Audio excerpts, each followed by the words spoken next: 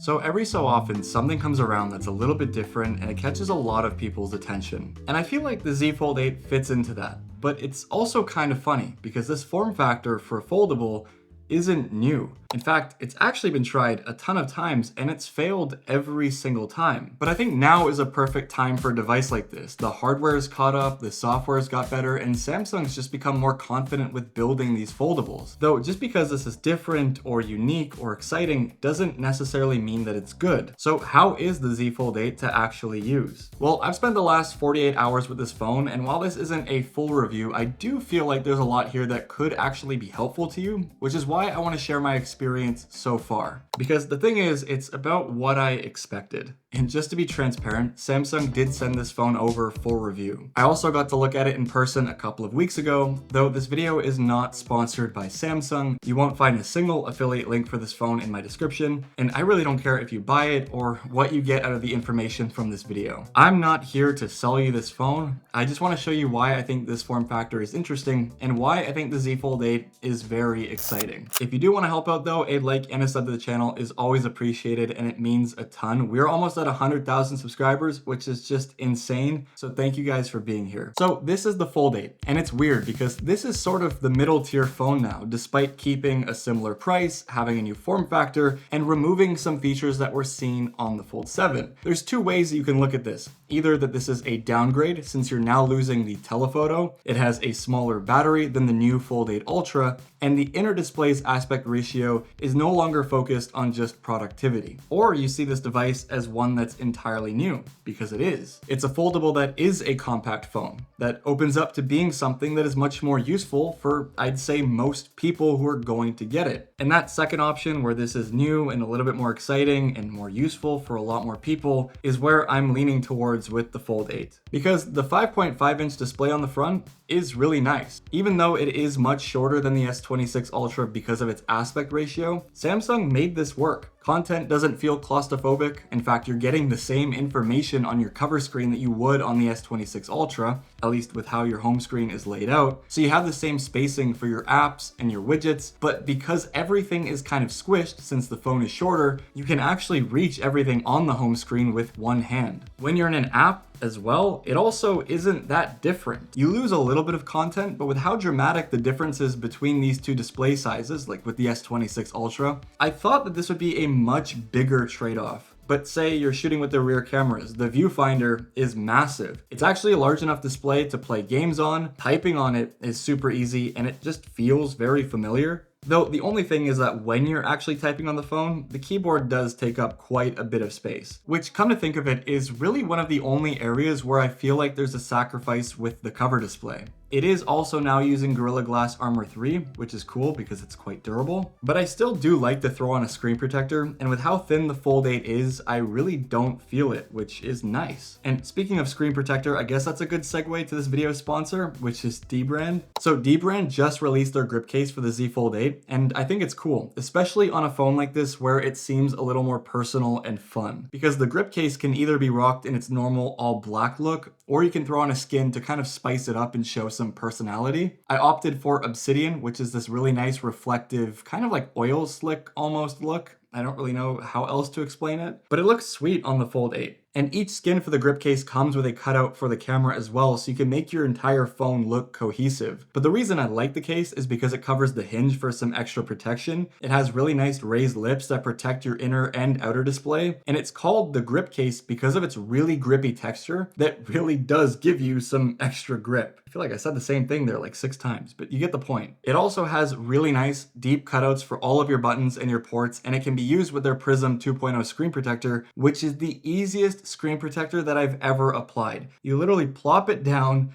pull it out, and it's perfect. I've never had a single air bubble or single dust particle on my phone when using their screen protectors. And I've pretty much exclusively used Dbrand screen protectors for like the last 8 or 9 months. So if you're interested in the grip case, you can actually bundle it with the Prism and save some more money. If you want to go ahead and check it out, I'll put a link in the video description down below. But thank you so much to Dbrand for sponsoring this video. Anyways, outside of the cover display, there's actually been some pretty noticeable improvements when you open the phone up. I mean, for one, one, it practically locks into place.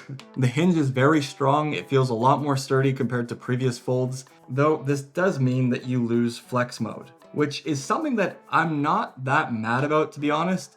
See, there it goes, it just snapped. I've never really used flex mode, if I'm being completely transparent, but I also understand that a lot of people do, and it's one of like the selling points with these foldables, and Samsung themselves have talked about how cool of a feature this is. The other thing though, and what's hilarious though, is I feel like flex mode on this device would have made more sense because when it is split in half, you have a 4:3 aspect ratio, which is a really good size for watching content. It's similar to the cover display. However, the inner display is much brighter now. It's 3000 nits, and the anti-reflective coating is pretty damn good. Ironically, it's actually much easier to use the inner display outdoors under direct sunlight versus the cover screen. I feel like the cover screen, when I'm in direct sunlight, does dim pretty heavily when I'm outdoors, and to be honest, there are cases where it's almost like illegible, like I can't read it. So it is kind of hard to see. Granted, I'm using a screen protector, so the ND filter doesn't pick it up properly because it creates some weird polarization problems. This is just an issue with like tech content creators. We literally cannot use screen protectors on our devices, like if we're outside, because we have to use an ND filter. But yeah, even when I was sitting in like the backyard last night and earlier, this morning, like I found it really difficult to use it outside. But what's funny is I feel like the inside screen is actually brighter.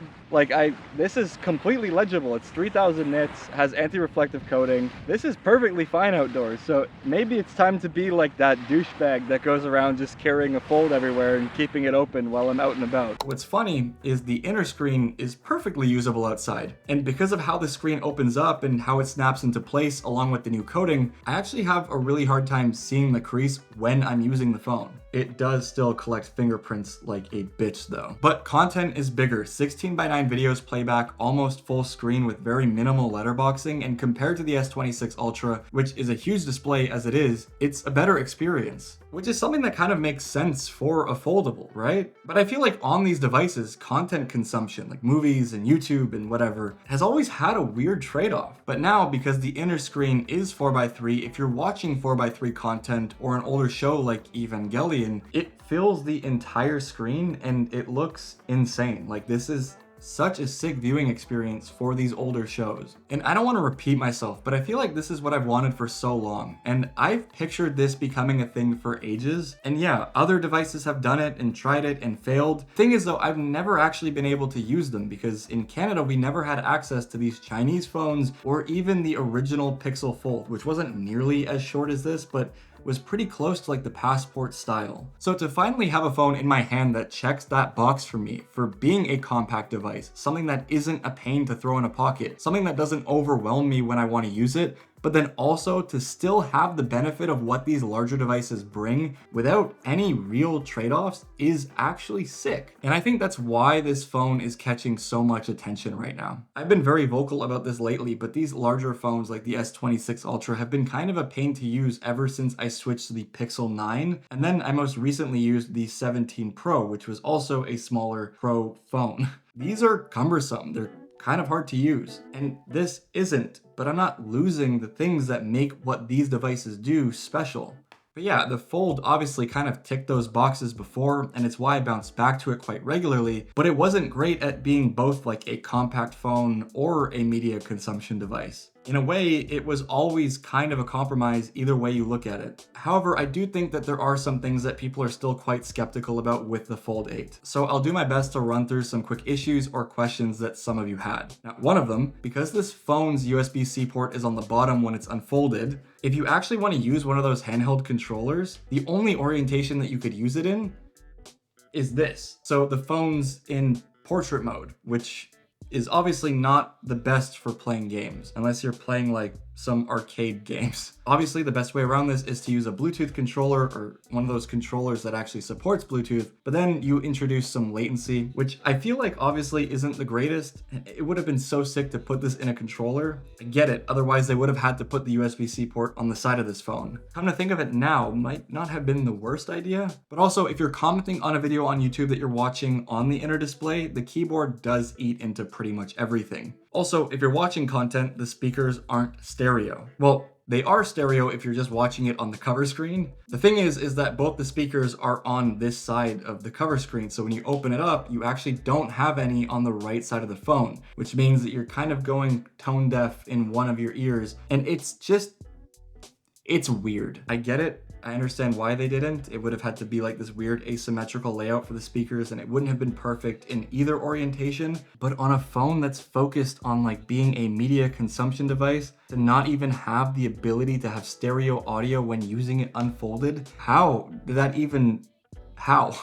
Like, I know most people use headphones or earbuds anyway, but it is kind of nice just to have a better listening experience without needing those things. Now, some of you were also asking about the software experience, like, is this phone buggy? And well, it is One UI 9, so it's Samsung's newest software for One UI, but it is still a foldable. So there is going to be some quirks that show up quite often, and I have had a couple. Instagram stories, for example, were just showing what was behind them rather than blacking out like the entire screen and just showing the story. And I did have the YouTube app bug out on me a couple of times where it only showed like content on the left side of the screen and the right had nothing. Again, these are very minor, and outside of that, I haven't had any other problems. I feel like that's just something that you expect with a folding phone. But back to like using earbuds and whatnot, I've actually been using my IEMs with this thing, and they sound great plugged into USB-C. But one thing about this setup that's kind of funny to me is it reminds me of like a Walkman or like a newer version of an iPod or something, because it's so compact. Like, for some reason, this is just like incredibly nostalgic to me, but it's obviously a brand new device that just released or hasn't even technically released yet. Now, I will talk about battery life in a second, but I do want to talk about the cameras. Now, I didn't get to take much. Again, I haven't had an insane amount of time with this phone yet, but the raw images look quite good. They aren't overexposed or anything, and I don't really have anything negative to say. I think the 50 megapixel sensors were a good call, though I do miss having a telephoto. I think that is a drawback for me personally. Even a 2x optical would have been nice to see, since like with the 50 megapixels, you could do a little bit of cropping and make it look pretty nice. But I'm not mad about this phone missing the 200 megapixel main sensor. I never actually used the Ultra in 200 megapixels. It has a lot of data, sure, but I find in lower lit environments, it actually has more of like a negative impact than a positive one. Though I will test more of that soon and give you like a proper comparison between these two when I do a full review. For video though, it's pretty solid. It does allow you to shoot in log, which is nice. Samsung does also still give you the flexibility to actually edit and grade that log footage in your gallery app. And even if you don't know what you're doing, I'd still shoot log because they have some pretty nice looking presets and you'll be getting the most out of your phone's sensor. Yeah, what's nice is like obviously objectively the better sensor on the camera, even though they're both 50 megapixel, is going to be just the standard wide, so it's going to look the best for video and for photos. I find the ultra wide always looks a little bit compressed,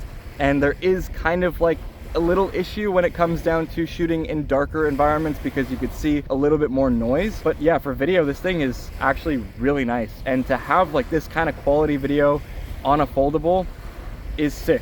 So this is using the ultra wide lens now. I'm shooting at 4K 30 frames per second, and it looks really good. The ultra wide is nice. Both of these lenses are now 50 megapixel, so they're pretty sharp. They're also, I feel like, pretty decent at handling like highlights and getting things exposed correctly, even when you're just shooting in auto. And you can even shoot log video on the front-facing camera on the inside of the display. And you can even shoot log on the cover display's camera, which is pretty cool. I'm a big fan of having these features. Again, I'm keeping this a little shorter and more dialed back because I want to spend some more time testing it and find some of like these nuances with it. So again, keep in mind, like, this isn't a full review, but so far, other than the lack of a telephoto, I don't really have any complaints about the camera system. And when it comes to battery life, it seems solid. I did have some crazy drain during the setup, which makes sense, but having a larger 4800 milliamp hour battery now is nice, especially since this is a more compact device. I was expecting it to be smaller. I didn't think Samsung would get close to that on a phone like this. And even though I've not broken this phone in yet, the first day with it did seem great when it came to its battery performance, despite doing a lot of testing and things that I normally wouldn't mess with in my day-to-day. I will say, I did test out the 45-watt charging. It felt slow. I was using super fast 2.0, like that is what I was using, and I was using a capable GAN charger, but it didn't charge that fast for me, if I'm being completely honest. I'll have to test a different cable, different charger. I just gotta look around the house because I just moved in. But I don't know if it's because I was doing a lot of like indexing on the device because I just set it up. It just felt like it was taking quite a bit of time.